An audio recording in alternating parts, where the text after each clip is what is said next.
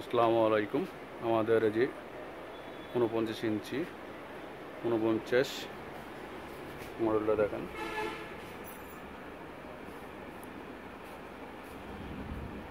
SLE49U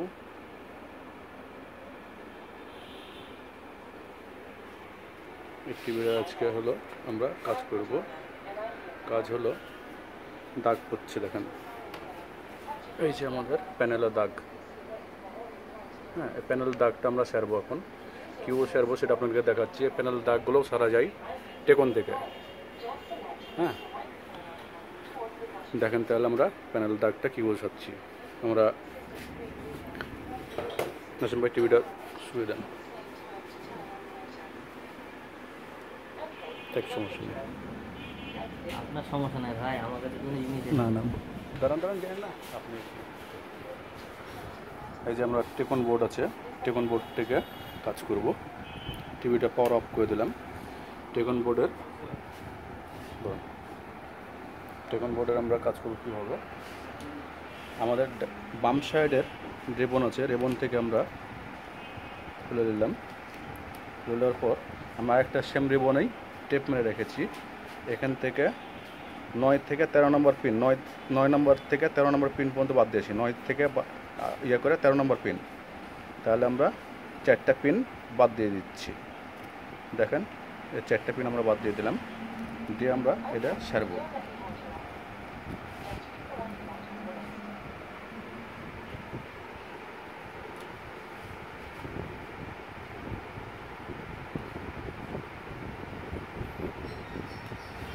আমরা দাগের জন্য 9 থেকে 13 নম্বর পিন বাদ দিচ্ছি। খেয়াল রাখবেন অবশ্যই, বাম সাইড থেকে আবার এপার থেকে 9 নম্বর পিন থেকে 13 নম্বর পিন বাদ দেবো। বাদ দেওয়ার পর আমরা এটা আবার চালিয়ে দেখাচ্ছি আপনাদেরকে।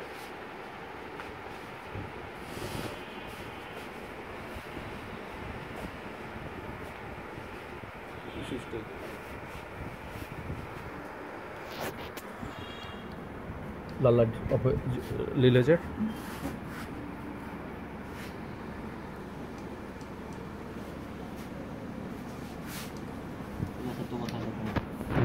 হবে।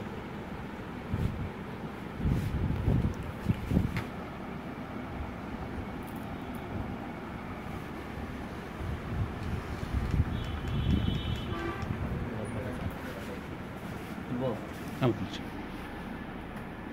তাকে বলতে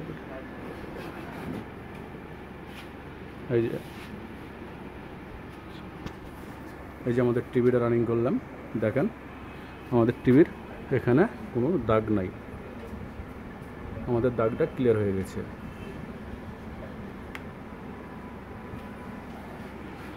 এই জিনিসগুলো ফলো করবেন, তাহলে প্রতিটা প্যানেল কিন্তু আমরা সারতে পারবো।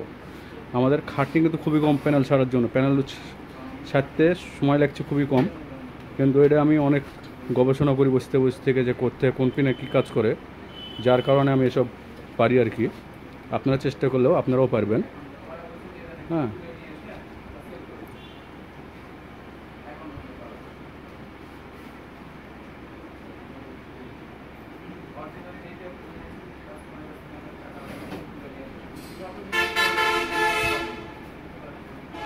টিভিটা রানিং করে দেখাচ্ছি। এই ছবি দেখাচ্ছি আপনাদেরকে, ছবিটা দেখেন। এই যে আমাদের টিভিতে কোথাও কোনো দাগ নাই। আমরা হোমে চলে গেলাম, বাবা এখানে কোনো দাগ নাই।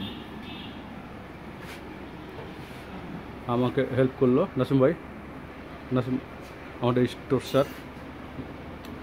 হ্যাঁ, স্টোর স্যার। আর আমি Md.Sirajul ইসলাম। আপনারা একটু দেখে কাজ করলেই কাজগুলো সব প্যানেলগুলো ওকে হবে এবং প্যানেলগুলো সবগুলোই সারা যাবে। আসসালামু আলাইকুম।